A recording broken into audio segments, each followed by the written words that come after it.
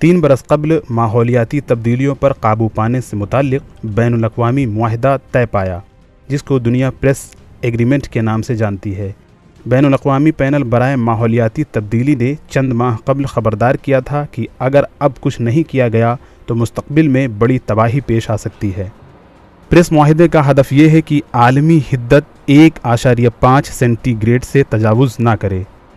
امریکی ارضیاتی سروے کے ایک رپورٹ کے مطابق رواں صدی کے اواخر تک عالمی حدت 2 تا 3 سینٹی گریڈ تک پہنچ سکتا ہے، جو انسانی زندگی کے لیے بہت خطرناک ہے۔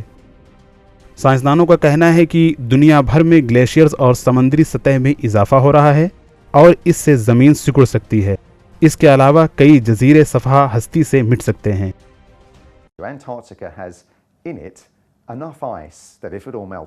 انٹارکٹیکا میں اس وقت مناسب برف ہے، لیکن اب برف پگھل رہی ہے اور موجودہ صورت سمندر کی سطح کے بڑھنے کا اشارہ دیتی ہے۔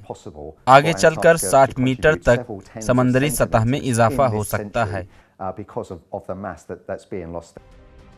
ایک اندازے کے مطابق سن 1992 سے کئی خرب ٹن برف پگھل چکی ہے، جبکہ جنوبی براعظموں میں برف تیزی سے پگھل رہی ہے۔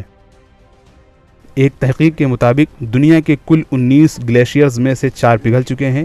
اس صورتحال کے سبب بیشتر جنوبی امریکی ممالک میں گرمی کی تپش میں اضافہ درج ہو رہا ہے۔ سائنسدانوں کے مطابق اس صورتحال سے صاف پانی کی کمی، زرعی پیداوار میں کمی، سیلاب، طوفان، قحط سالی اور گرمی کی لہروں میں اضافے کی وجہ سے بڑے پیمانے پر اموات واقع ہو سکتی ہیں۔